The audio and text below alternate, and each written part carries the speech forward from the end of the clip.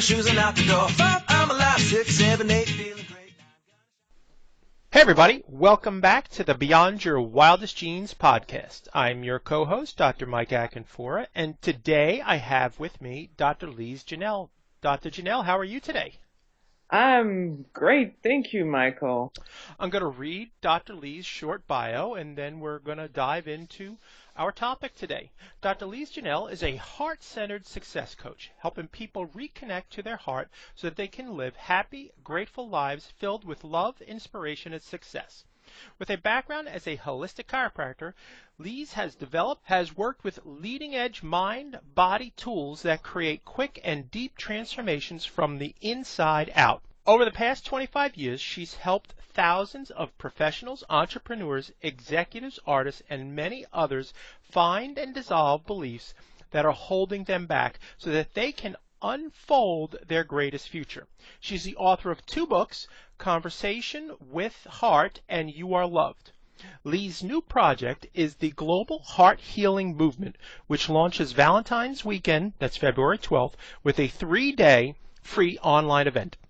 Thousands of people will tune in to hear more than a dozen of the world's most influential, transformative teachers speak about what it takes to reconnect with the heart so they can be truly happy and positively impact the world. Dr. Lise, welcome to the show. Thank you so much. Can you share with our audience your journey? That's the question we ask everybody who comes on the show.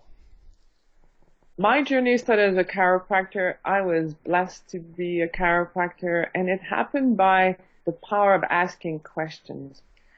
I was studying health science, and I'm sitting there with an older classmate of mine who says to me, Lise, I'm going to Montreal to see if I could be accepted in the chiropractic college. He says, well, why don't you come with me? And, you know, I was seeing a chiropractor myself. I was having amazing results with chiropractic. But nobody in my family was like a doctor. Nobody has gone to university. And at that moment, I decided, you know what? This feels right. I would love to do this. I would love to help people like I've been helped. And that sent me on a course, and I am so grateful because I wouldn't speak English, first of all, because I was only speaking French back then. That led me to Toronto to study at the CMCC here, and it led me on this journey of helping. I loved being a chiropractor. I truly love being a chiropractor. It's an amazing profession. But in 1988, I had something happen to me where my father was diagnosed with terminal cancer and given 9 months to live. That was 3 weeks before my sister's wedding. A week after my sister's wedding, my 21-year-old brother died suddenly in a car accident. Oh my goodness. And then, within a month of all this, my 8-year relationship to the man I thought I was going to marry ended. And I was in so much pain that it sent me on a quest to understand what it takes to live an amazing life. And I studied with some of the greatest mentors on the planet. I've traveled the world. I've spent hundreds of thousands of dollars, coaching with those people, reading, listening to courses. In 1992, I started teaching transformational type of seminar myself. And in 2004, even though it was one of the hardest things I could ever do, I ended up selling my practice because in 2003, I'd be standing behind my patients and I'd be crying. Mm-hmm. And I took my girlfriend out for her birthday, and right in the middle of her birthday dinner, I started crying. So I decided, it's time for me to stop and see what's really going on, because I don't want to have, a heart attack or cancer or something like this to stop me. And I realized during that time that in 1989, I had written down a mission statement for my life where I had written that I wanted to help heal the hearts of millions of people. And that if I wanted to do this, I had to let go of chiropractic, even though I loved it, to jump into doing this full time. So that's how I made the transition. And here I am today, 2016, and since 1989, every day of my life has been about making this happen. Wonderful. So you actually wrote that down many, many years ago.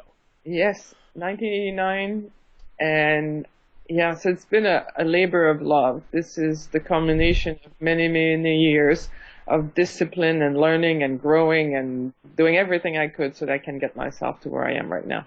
Fascinating. So you're a heart-centered success coach. What is the essence of your work, and could you explain that to our audience? Yes, for me, the way I look at it, as human beings, we live our lives through three main modes: our mind, our emotions, or our hearts. And we only experience a sense of true success in the heart. Our emotions take us on highs and lows that then the thoughts follow and go up and down and will often spin us out of control. Then if you stop all that noise and use it to guide you and bring yourself back into the heart, then you have the advantage of being inspired and giving you vitality and courage to do things you would never be able to do. Like, I'm sure you heard of stories of a mother has a car accident, her child is in the car is about to catch on fire. She lifts the car, gets the baby out of the car and, saves the situation. Why? Because when you are inspired, it gives you courage, strength, the ability to do amazing things you would never do. And for me, you know that you are in your heart when you feel love, gratitude, inspiration, and wisdom. Wonderful. Those are states of being. They are not emotions. And when you are guided by those states of beings, you feel it. You feel empowered. You feel grateful. You feel so alive and passionate about what's going on. So my whole work is based on that. I've worked with top, Olympic athletes. I work a lot with chiropractors. I work with entrepreneurs. I work with Hollywood stars, the big Hollywood stars that have millions of fans and they have private jets and they have everything the world tells you that you should feel successful. And still, if you do not have that connection to your heart, you will not feel successful. It's actually amazing. We were sitting at dinner with my wife and I, Denise. We have two children, Emma and Jack. They're 13 and 11. And we actually explained that exact thing to them this past weekend, where happiness is an emotion that is fleeting. But gratitude, just like you said, is a state of being. If you can live in that state of being, you're going to be much more grateful about what is going on with your life. And then we went on to explain examples of that sometimes we don't get to see what was meant to be at that moment in time when we want something. But the silver lining reveals itself over some other point in time. Mm-hmm. That's for sure. And I've had people say to me, but Lise, it's easy, here in North America, we have access to everything. Like, how about third world countries? And I went to Kenya a week after, and I asked people over there, are you happy? And you should have seen the big beaming smiles they had on their face. And I would ask why, and they would say, wow, for sure I'm happy. I have food in my belly, I have a family that's healthy, I have a way of making a living, I have a roof over my head. Why would I not be happy? Because those people, they may have less than us, but when they get something, they're so grateful. And here in North America, often we have everything, but we take it for granted and we're unhappy. Exactly. And like when you go to third world countries, the rate of suicide for teenagers is almost nil compared to North America. We give everything to the kids and they're still miserable. Why? Because they're not grateful for what they have. So let me ask you a question, Lise. How would you describe or define love? Yeah, again, love is not an emotion, it's who we are. And I do different exercises. There's a meditation, if you want, later on we can do this meditation where within 5 minutes I can get the person to be in their heart and to feel love. But for me, the best definition I was able to create to get people to feel what love is love is wanting the best for another being, embracing their pros and cons, their positive and negative, their weakness and strength, while respecting our needs. So love is wanting the best for another being, embracing their light and dark side, knowing both sides, and respecting our needs. Because sometimes people decide that love is just focusing on their light side. Well, if you don't understand their dark side, then you cannot really love someone. You're faking it. You're being superficially connected to the person. Can you actually love someone and their dark side? That's when you know that you love someone. And parents are in great situations to do that. That's what the beauty of being a parent is you look at your kids and sometimes they drive you crazy and they have habits that drive you mad and they don't do everything you want them to do. But you still know their light and dark side and you still embrace them and love them. And that's the beauty of being able to have children, but you don't need to have children. I don't have biological children. And I still love people because that's what I strive to do. I strive to understand human nature and love and appreciate the people that come in my life because I see everybody as a teacher to me. I love it. How do we become disconnected from our heart? Well, this is a good question and a great question, and it's very important to understand is that when we come into this world, right from the get-go, love needs to come from the outside, otherwise we die. Yeah. And if you're a baby and you cry, and a parent comes or a caregiver comes and takes care of you, then you feel powerful, beautiful, capable, worthy, deserving, all of those things happen. But let's say one day you cry and mom is exhausted, she's fallen asleep because she's been taking care of you all night, and you cry and cry and cry and she doesn't come. Then you cry some more, and she doesn't come. And then after a while you start feeling like, what's wrong with me? I'm not worthy. My mom doesn't love me. Maybe I should stop asking for what I want because it hurts too much when I ask for something and I don't get it. And we start building stories. And then something else awful happened. A sibling is born. Whoa!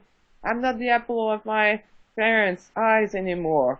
I was not enough. They needed to have somebody else. Or mom is always busy with the baby and she has no time for me. Or she has more time with my older sibling than me. And we start those stories. Then we go to school and our best friend is our best friend one day, but the next day he plays with the other kid that has a better toy. And then we get to be 17 years old and we have our first crush on someone. And then it ends and then we get crushed. And so when we are constantly looking to the outside to give us a sense of our worth, we are at the mercy of the winds. We get so hurt that we disconnect from our hearts. And then we start experiencing more and more challenges, more and more unhappiness, and disconnect so much that one day, sometimes it becomes almost impossible to reconnect unless you consciously wake up and decide, I am not going to do this anymore. I'm going to wake up from the dream. Because there are two possible phases to human development. There's the infantile, immature, unconscious phase, or there's the mature, conscious, awakened phase of the human development. The first one I was describing, we're at the mercy of the winds, that's the immature phase. And all of us go through that. And some of us wake up. And when we wake up, we start to realize the way I've been living, reacting to events of my life, does not work, makes me at the mercy of everything. I go through highs and lows. I feel unstable, scared, blocked, stuck. And then if we're lucky, we find the right teachers, the right, challenge that force us to say, okay, I'm going to pay attention, just like me in 1988. It was so painful that I had to stop to reevaluate how I'd been living my life, and then we can start living from the heart. Because that's the only way to wake up. That's the only way to be conscious and mature in our creation of our life, is through waking up and starting to use the heart. I love it. So what what ways can we reconnect our hearts? And obviously, what are the benefits to doing that? Well, I use all the time the yin and the yang to express what it takes to live from the heart. I love using that symbol because it represents the duality that's present in every moment. When you use the yin and the yin traditionally represents the female side, the female principle, and the light side represents the yang, which is the male principle. So the female principle is about listening to the heart, and the male principle is about acting on your heart's desires. If you do this, you reconnect with the heart. Like, after traveling the world, researching the greatest teachings of this world, I can guarantee you that this is the formula for success, for a successful life where you feel grateful, inspired, wise, and loved, all of these things. And your heart wants you to know two things. The first thing that your heart wants you to know is you're worthy of love. The second thing your heart wants you to do is pay attention to your dreams and aspirations. If you do those two things and get going on making it happen, then you start reconnecting with the heart. So, knowing that you're worthy of love, you need to pay attention to your internal language. What are you telling yourself, you know? Are you telling every time, oh, that's stupid, you're crazy, you're not worthy of love, you'll never be able to have those things? So you need to become aware and take the time to find and dissolve the stories that have created those internal dialogues. And then you need to pay attention to your dreams and aspirations, because if you don't, you end up feeling depressed. Because otherwise it's like, let's say, Michael, you speak to me and we're face to face, and while you speak to me, I look around and I behave as though, you know, I don't really care about you. If we were in a long-term relationship, you would end up feeling like I don't care about you, and you probably feel like a bit depressed. Mm-hmm. Well, our hearts are speaking to us all the time, and most of the time we're not paying attention, so we feel depressed. But let's say that while we speak, Michael, you tell me you love Thai food, and next time we get together, I make a reservation at a Thai restaurant. You would go,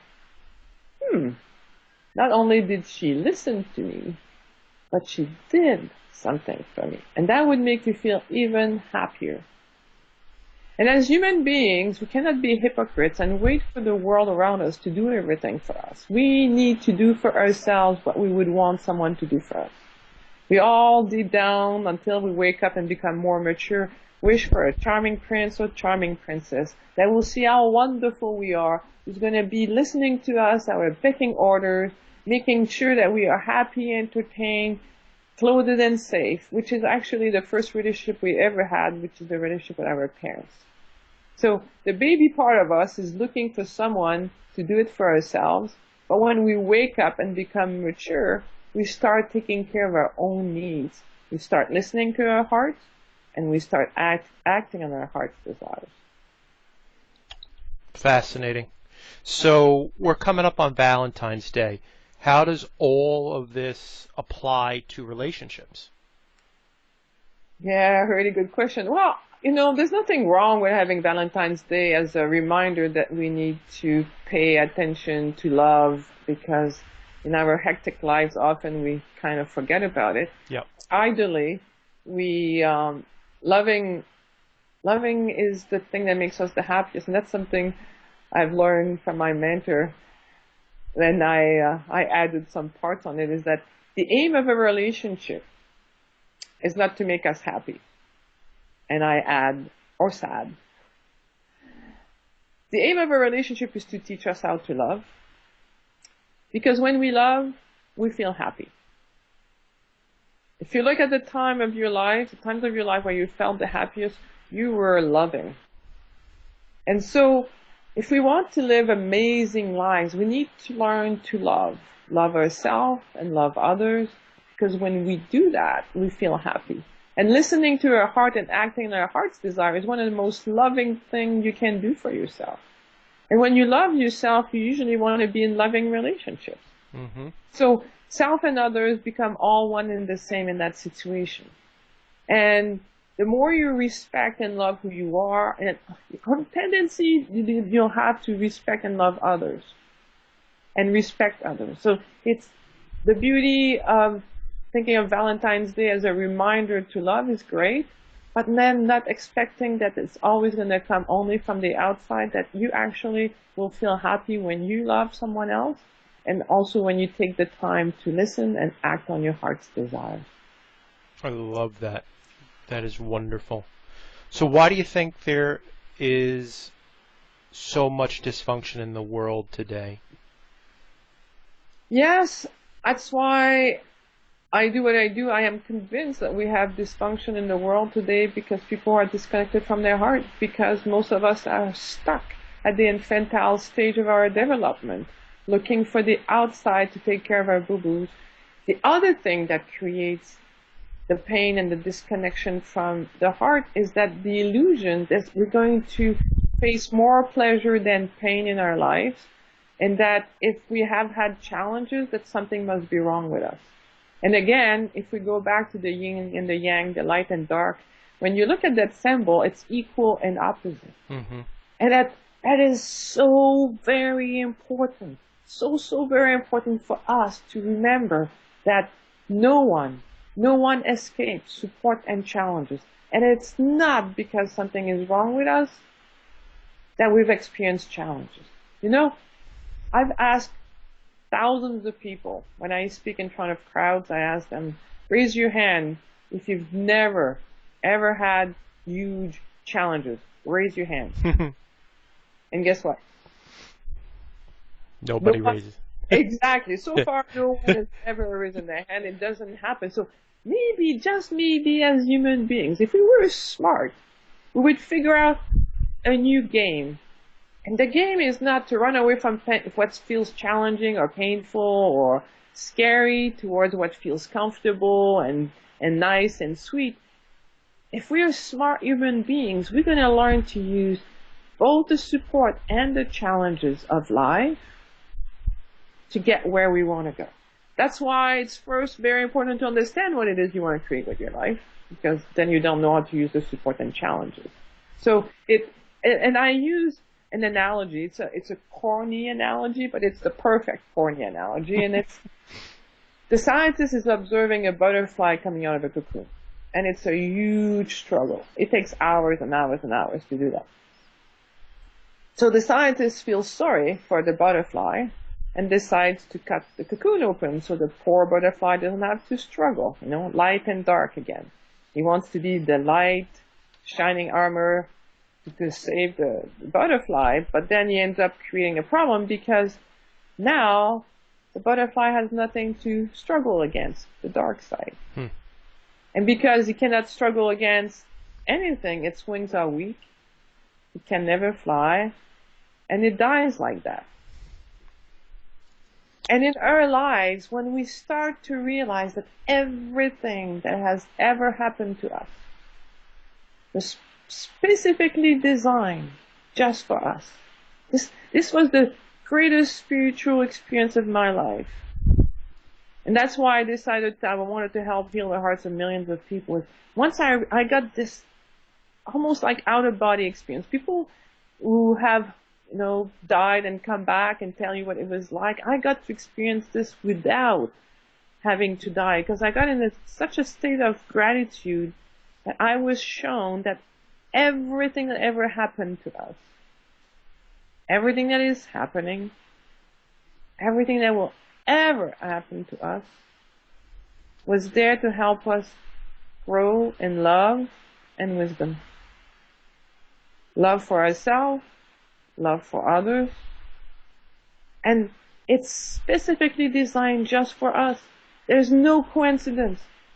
Every support you've had, every challenge was perfectly orchestrated to help you bring the best out of you. And even if this was caca, what I'm telling you, if you start living with this understanding, with this premise, That I'm going to look back at any event that happened in my life and see how it helped me build my wings. And I'm going to look at everything in the future in the same way.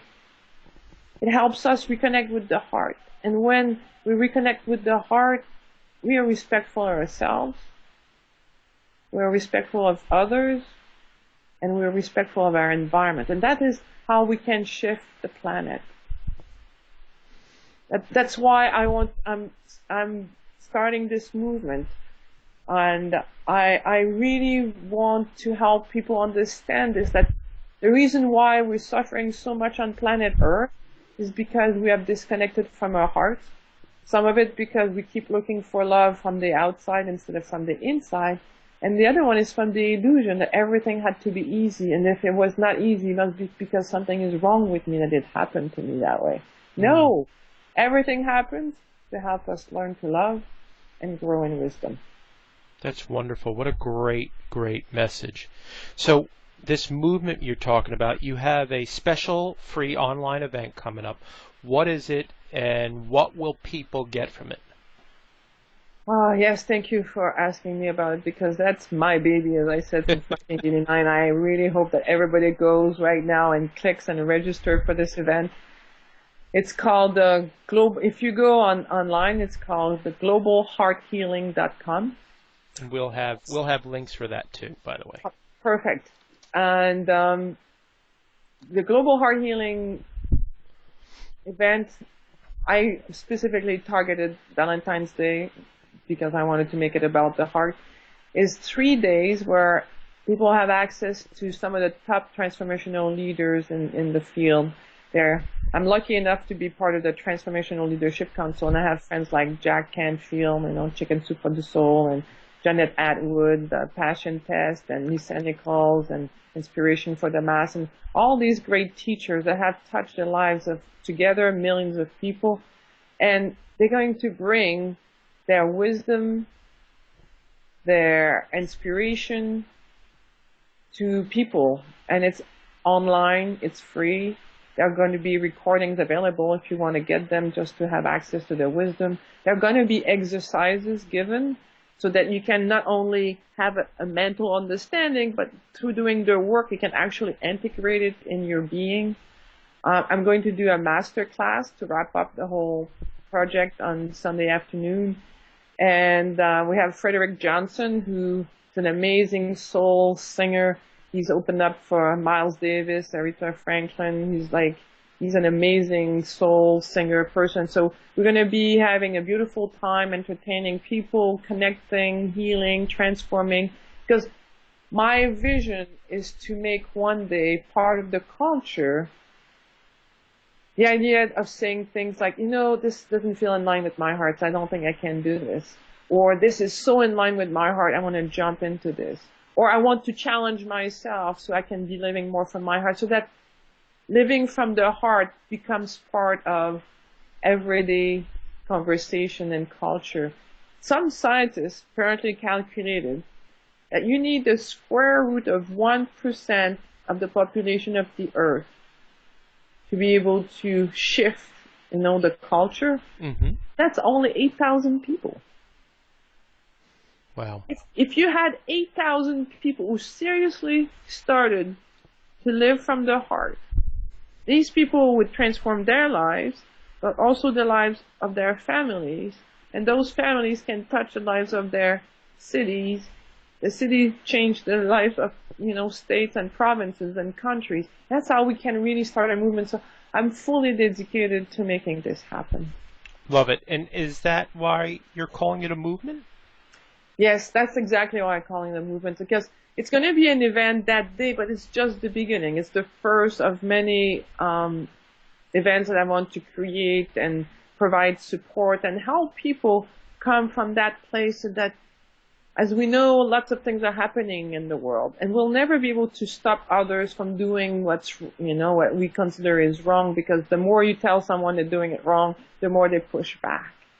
So it's the responsibility of each one of us to learn to reconnect with our hearts, so that through that connection, we start impacting the world around us. Even in quantum physics, they really feel that each one of us that takes the time to reconnect with our heart at the collective consciousness level, we're impacting the world. I love that. So, Dr. Lise, where can people register for this event, and where can people find you in the world and on the internet? So to register for the event, you just go to globalhearthealing.com, and on there you'll have a landing page. You just sign in, and then you'll be given all the information, the times, the access to recordings, all this information will be right there. And if people want to contact me directly, you can check my website at drlisejanelle.com, which is DRLISEJANELLE.com. Or you can send me an email at info@drlisejanelle.com. Wonderful. Thank you so much for being on the show today. It was truly enlightening and inspiring for me, and I am sure our audience and our community feels the same. Do you have any parting words going forward for our audience? Yes.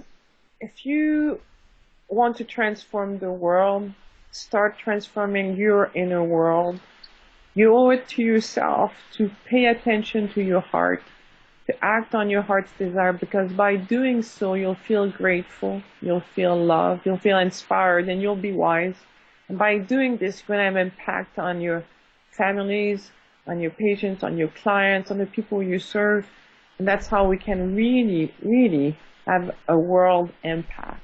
It's our responsibility, each one of us, to start living from the heart so that we can, as a whole, as humanity, experience the beauty of love. I truly love the message. It's brilliant. Folks, that's the Global Heart Healing Movement. It starts February 12th. We will support you. It will be in the show notes. And if you like our podcast today, please go to iTunes and subscribe. While you're there, please also rate and review for us. That would be greatly appreciated. You can join the over 30,000 subscribers that we currently have and help to grow our message to bring people like Dr. Lise on, and you can be inspired, empowered, and we love doing what we do. And thanks so much for being on the show, Dr. Lise. We'll talk to you soon. Ciao. Ciao.